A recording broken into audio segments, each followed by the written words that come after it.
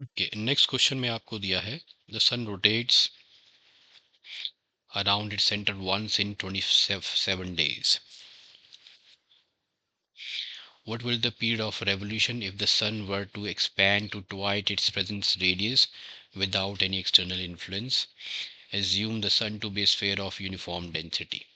तो अभी जो सन जो है अराउंड इट्स सेंटर ये जो रोटेट करता है it's once in 27 days, means it takes 27 days to rotate about its center.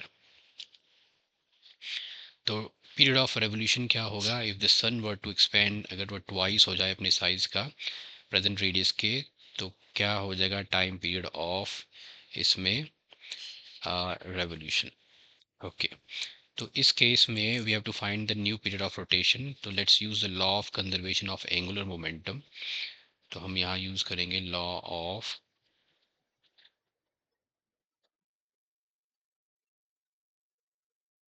conservation of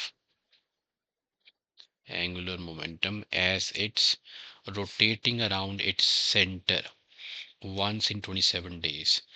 अब तो इस केस में जो एंगुलर मोमेंटम है, angular momentum is given by the formula moment of inertia into the angular frequency.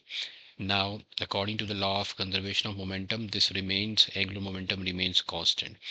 अब यहाँ पे I जो है वो मोमेंट ऑफ इनर्शिया है and omega is the angular velocity. तो omega is given by 2 pi by t, where t is the time period. Okay, so according to the law of conservation of momentum, the initial moment of inertia and initial angular velocity is equal to final moment of inertia into the final angular velocity.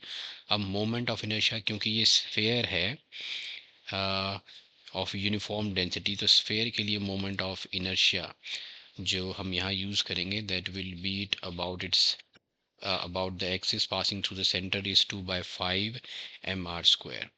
Okay, तो यहाँ ये आपका आ जाएगा 2 by 5 mr square where r is the radius. इस case में है 2 by 5 mr square. Okay, and जो angular velocity है that was given by the formula 2 pi, तो यहाँ आएगा 2 pi by t1. This becomes final state में रेडियस इज ट्वाइस, तो मोमेंट ऑफ इनर्शिया आ जाएगा 2 बाय 5 m into 2r the whole square into the angular velocity which is 2 pi by इसमें हो जाएगा t2 सेकेंड टाइम पीरियड. तो देखो यहाँ 2 पाई कट जाएगा, 2 5 m कट जाएगा. We are left with r square by t1 is equal to here 4r square the whole square by t2. R square also gets cancelled. So here t2 is equal to आ जाएगा 4 into t1. तो 4 into t1 means आपका t1 था initial time period था 27. So this is 27, 7 4 are 28, 4 2 are 10, 108 days. तो अब उसका अगर radius जो है अगर वो ट्वाइस हो जाती है तो वो 108 दिन लगाएगा to rotate around its center. So here the correct option is the fourth one, 108 days.